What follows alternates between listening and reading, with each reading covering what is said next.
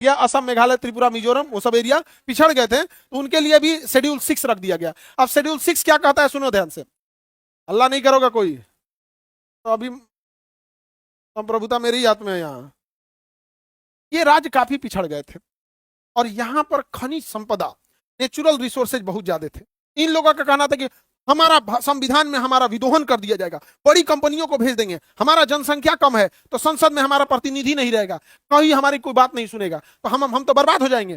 तब अंबेडकर साहब कहे कि ना ना ना, बर्बाद नहीं हो गया। शेड्यूल 6 मतलब अनुसूची 6, शेड्यूल 6 में कहा गया है कि जो जो राज्य शेड्यूल 6 में आएगा, असम मेघालय त्रिपुरा मिजोरम, असम मेघालय त्रिपुरा मिजोरम, असम मेघालय त्रिपुरा में, तो इस एरिया में किसी कंपनी को, किसी होटल को, किसी फैक्ट्री को, बड़ी कंपनी को अगर जमीन खरीदना है तो वहां के लोकल लोगों का नियम चलेगा, न कि वहां संसद का नियम या supreme court, high court, district court का चलेगा। वहां के लोकल लोग अगर इन्वायरमेंट क्लियरेंस देंगे तो चलेगा, अदरवाइज में नहीं चलेगा। अब बताइए, वहां का जंगल आज भी सुरक्षित है, पूर्वोत्तर का, वहां के खनन आज भी सुरक्षित है, बचा के कौन रखा है, शेड्यूल 6। ऐसे ही जम्मू कश्मीर में लद्दाख में सबसे ज्यादा खनिज है, लेकिन लद्दाख में बर्फ इतना है और वहां सबसे ज्यादा सेंसिटिविटी है, बहुत ज्यादा खनन हो जाएगा, बहुत ज्यादा अगर प्रदूषण होगा, फैक्ट्रीज लगने लगेंगी, होटल खुलने लगेगा, इंडस्ट्रियलाइजेशन होगा, यहाँ का बर्फ पिघलेगा, कंपनियां अपना पैसा कमा के लेके चली जाएंगी, वहां के रहने वाले वैसे ही बर्बाद हो जाएंगे जैसे आज धनबाद और झरिया के लोग वहां पे कोयला निकालने के बाद जो आग लग गया है,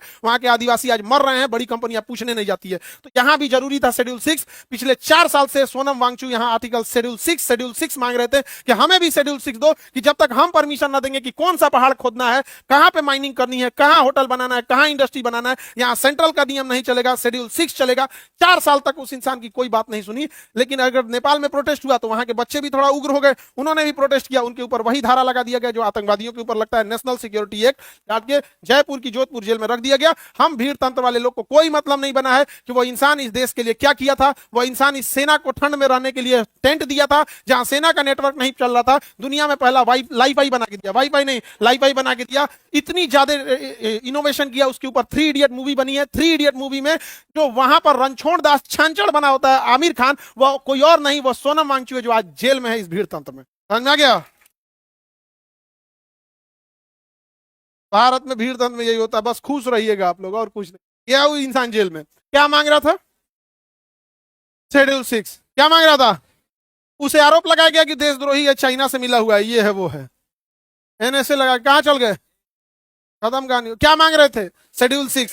क्या गलत मांग रहे थे?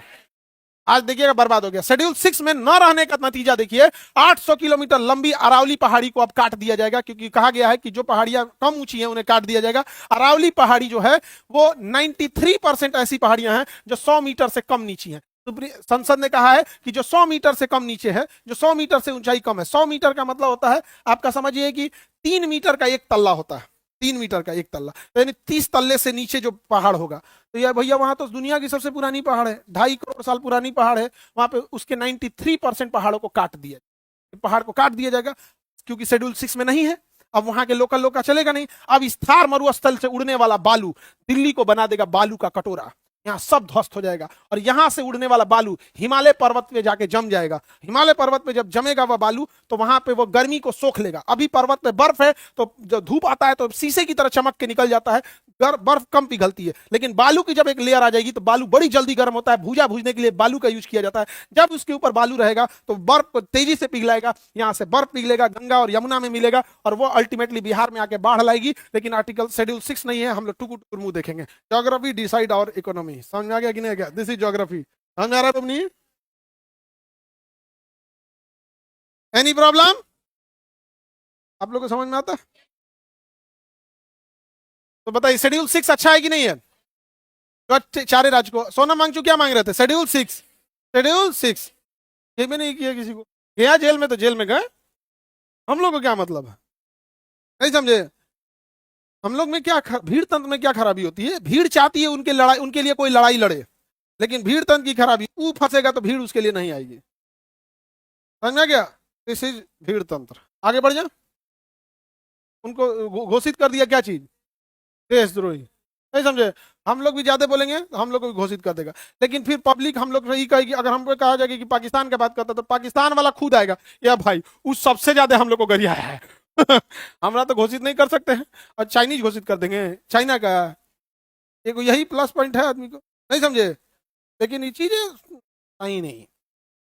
आगे बढ़े, अरावली पर्वत खत्म होने वाला है, पास हो गया विधेयक, पहाड़ कटेगा सब में बटेगा।